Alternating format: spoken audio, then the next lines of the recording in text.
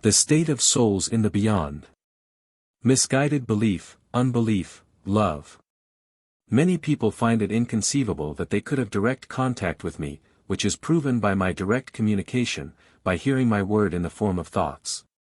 This is indicative of their distance from me as well as their lifeless belief, a belief which was in fact traditionally adopted but which is not alive. It is academically accepted knowledge which only seldom is contemplated so that a person forms his own opinion.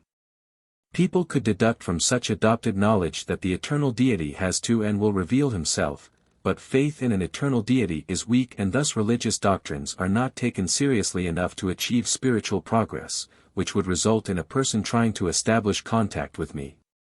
First, I have to be sincerely acknowledged by a person before I can reveal myself to him. And this assured faith in me is missing in a great many people, which is the reason why they live in spiritual darkness and will enter the spiritual kingdom in this darkness. What they failed to do on earth they will have to make up for in the beyond without fail. They have to think, and due to their own fault are frequently too weak to do so. If labors of love follow them into eternity they will not be entirely without strength regardless of their unbelief.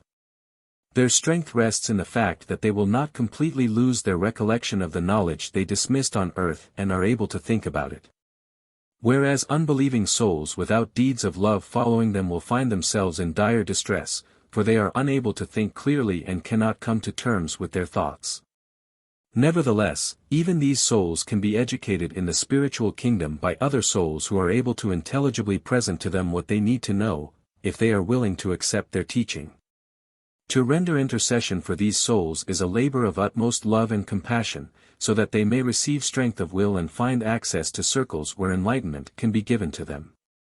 Deeds of love can make good every deficiency and give the soul faith, but the spiritual darkness will only disappear when they have acknowledged Jesus Christ, for only He can redeem their guilt which resulted from their unbelief on earth.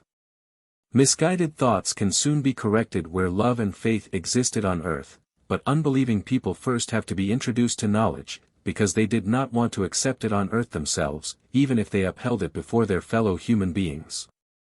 I cannot give souls instant enlightenment if they do not acknowledge me and if their love was not intended for me or their fellow human beings.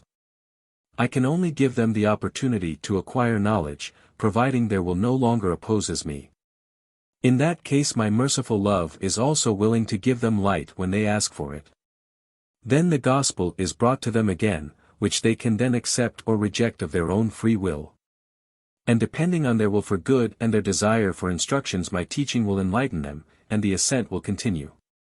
But it will suffer great torment in darkness until an unbelieving departed soul from earth is touched by a ray of light and follows it, but as soon as it has experienced the benefit of light it will also be willing to change its nature, and it will always desire more light until it receives it. The darkness only rarely releases souls, but I know when I can open the gates and set the souls free.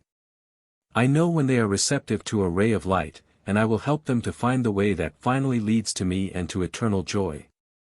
Amen.